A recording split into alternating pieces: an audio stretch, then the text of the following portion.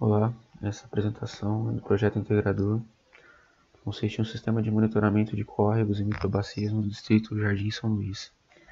O grupo é composto por Antônio Pereira da Silva Filho, Claudecírio Silva da Costa, Joselito dos Santos, Diego Santana Carlos e Raudinei Beto dos Santos. A apresentação terá a seguinte estrutura: um breve histórico da cidade de São Paulo, em seguida será abordado o clima da cidade, a pluviometria, serão abordados os problemas de córregos e microbacias da cidade e, por fim, a proposta do sistema de monitoramento. Aqui um breve histórico da cidade de São Paulo, que se iniciou em 1554, com o nome de São Paulo de Piratininga, próximo aos rios Anhangabaú e Tamandatei. No local foi fundado o Pátio do que é conhecido hoje como Pátio de Colégio. Aqui uma breve ilustração sobre o local de fundação da cidade de São Paulo. E durante toda a história da cidade de São Paulo, os cursos hídricos sempre tiveram um papel muito importante, tanto como o fornecimento de alimentos para a cidade, a circulação de mercadorias e também como forma de recreação.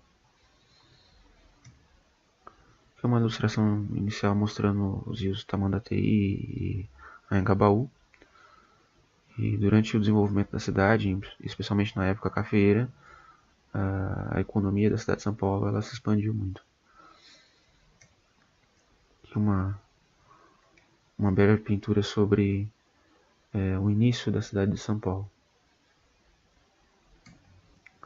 Bom, a cidade de São Paulo ela é considerada, segundo a classificação de Köppen, como uma cidade de clima subtropical de inverno, que se caracteriza por um inverno seco e um verão quente.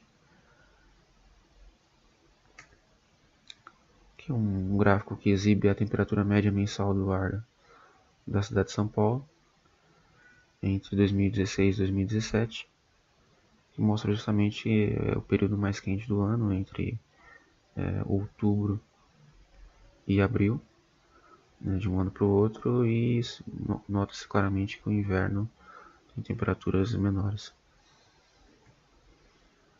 Aqui é um mapa que mostra, um estudo feito pela USP, que mostra o fenômeno das ilhas de calor na cidade. Então, locais onde a mata, onde as áreas verdes têm uma menor participação na região metropolitana, as temperaturas elas acabam aumentando. Então, a cobertura original da cidade ela influencia na temperatura e também a impermeabilização do solo. Pluviometria da cidade. Então, a cidade de São Paulo foi conhecida por muito tempo como Terra da Garoa, mas o crescimento urbano e as modificações feitas pelo homem acabaram, a partir da alteração da cobertura original da cidade, número de árvores, acabaram modificando o regime pluviométrico. Então aqui nós temos uma representação gráfica sobre a distribuição de chuvas ao longo dos meses na cidade, que mostra ali o período entre abril e agosto como os períodos como os meses mais secos da cidade. Então aqui uma informação sobre a precipitação da cidade ao longo de tempo entre 1936 e 2017. Bom, com o crescimento desordenado, a baixa consciência da população e a remoção de áreas verdes na capital, surgiram diversos problemas para os córregos e microbacias da cidade.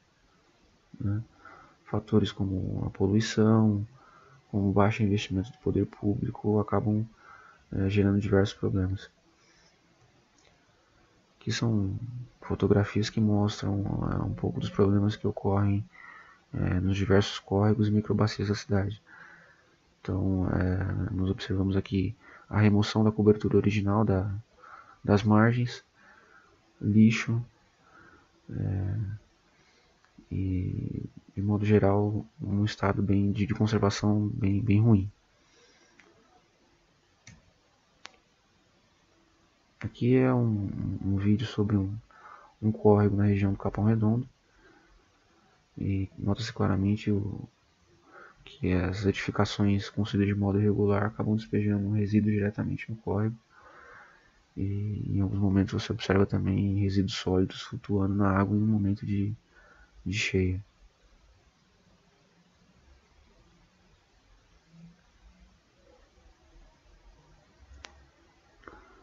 Aí é um vídeo sobre a represa do Guarapiranga, e um fenômeno que ocorre devido ao descarte de esgoto na represa. Essas algas que estão flutuando na água, elas acabam se proliferando pelo excesso de matéria orgânica na água, e consequentemente é um resultado de poluição.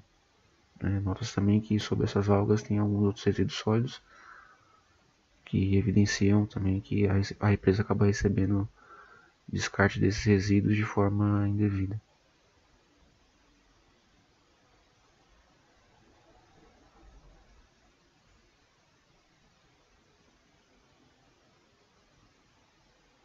Infelizmente, esse é um fenômeno recorrente.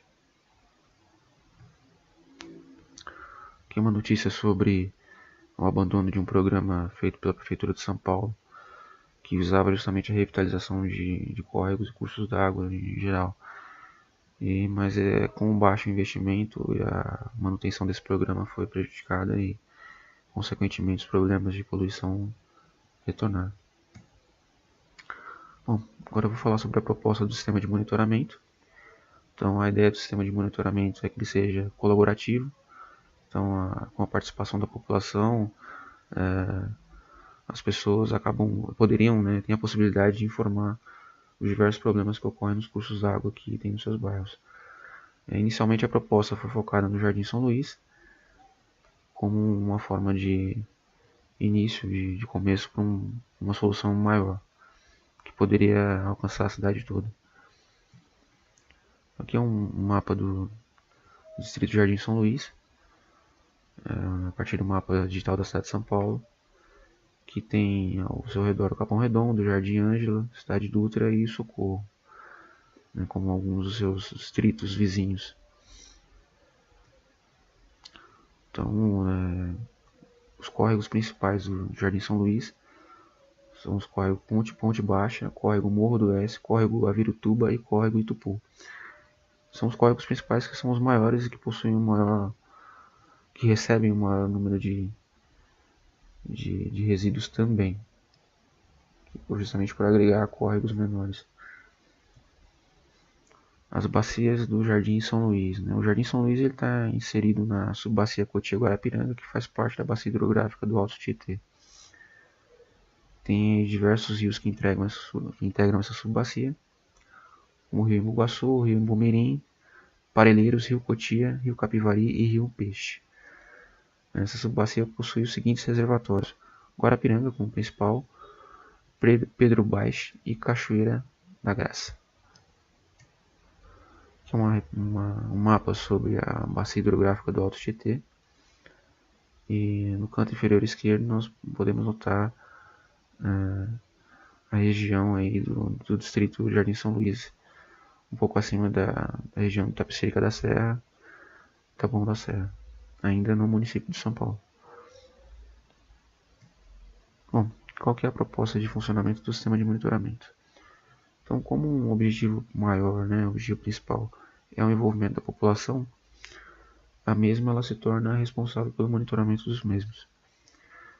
Então, a partir desse envolvimento da população, o governo, o poder público de modo geral também acaba ganhando uma ferramenta de fiscalização da hidrografia da cidade.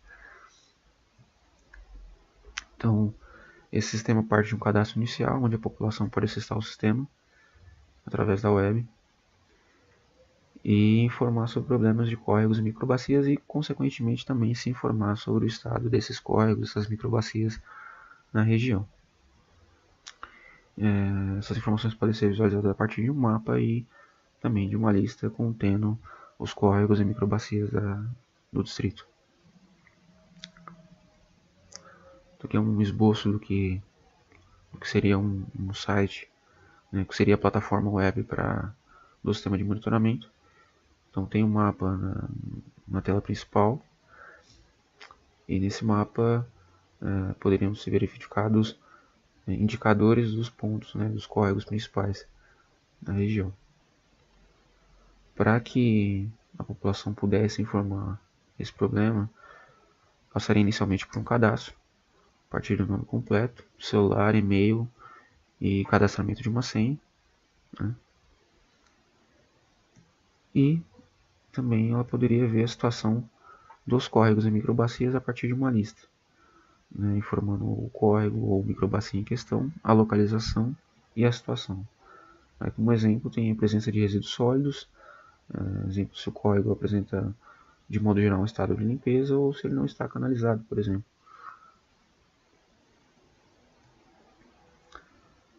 Então, como citei anteriormente, esse sistema seria disponibilizado pela web, sem que houvesse necessidade da implantação da instalação de um aplicativo, o que torna também esse sistema mais acessível.